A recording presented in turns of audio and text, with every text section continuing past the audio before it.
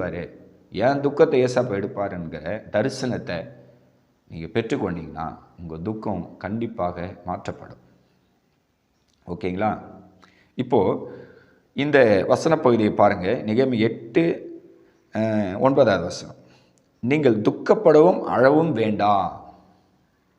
என் அன்பு சகோதரியே, என் அன்பு சகோதரியே, நீ துக்கப்படவும் அழவும் வேண்டாம் அப்படின்னு ஏசப்பா ஏன் மூலியமா உன்னை பார்த்து சொல்கிறாருமா. நீ ரொம்ப இப்போ துக்க முகமாக இருக்கிற, வருமானம் இல்லாமல் ரொம்ப உடஞ்சி போயிருக்கிற, ஐயோ நான் வாங்கின கடத்தை எப்படி கட்டுவேன், எப்படி கொடுப்பேன், எனக்கு உதவி செய்ய யாருமே இல்லைன்னு சொல்லி கலங்கி கொண்டு இருக்கிறம்மா. ஏசப்பா சொல்கிறாரு இந்த வசனத்தில், நீங்கள் துக்கப்படவும் வேண்டாம் அழவும் வேண்டாம். அப்போ நீங்கள் ஆவியானவர்கிட்ட பேசணும்.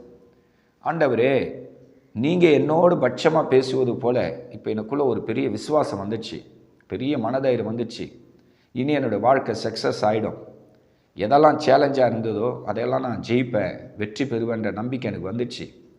இப்போ ஆண்டவரே நான் துக்க முகமாக இருக்கிறேன், ஆண்டவர் அழுது கொண்டு இருக்கிறேன், ஆனால் நீங்கள் என்னோடு பேசுகிறீங்கப்பா. என் மகனே, என் மகளே, நீ துக்கப்படவும் அழவும் வேண்டாம். ஓகே ஆண்டவரே, நான் இப்போ அழமாட்டேன், கண்ணீர் விட மாட்டேன், எனக்கு ஆண்டவர் வருமானத்தை தாங்க, என் கையின் பிரயாசம் ஆசீர்வதிங்கன்னு சொல்லி கர்த்தரிடத்தில் நீங்கள் அங்கலாய்க்கும் போது கர்த்தர் அடுத்த வசனத்தில் பேசுகிறாரு. கவனிங்க.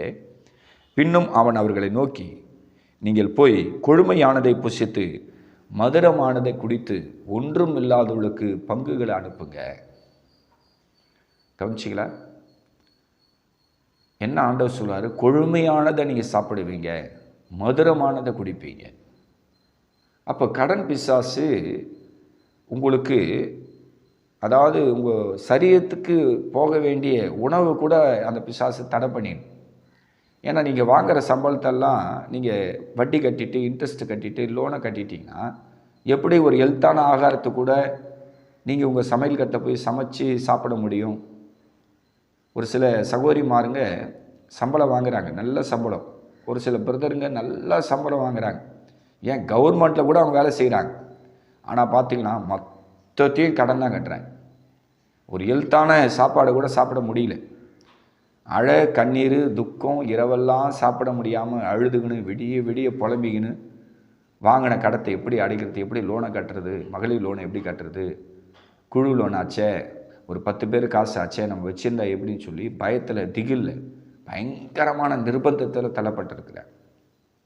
அவங்களையெல்லாம் ஆற்றி தேற்றி அவங்கள தைரியப்படுத்துவது தான் இந்த சேனலில், யூடியூப்பில் கர்த்தர் எனக்கு தந்த ஊழியம்.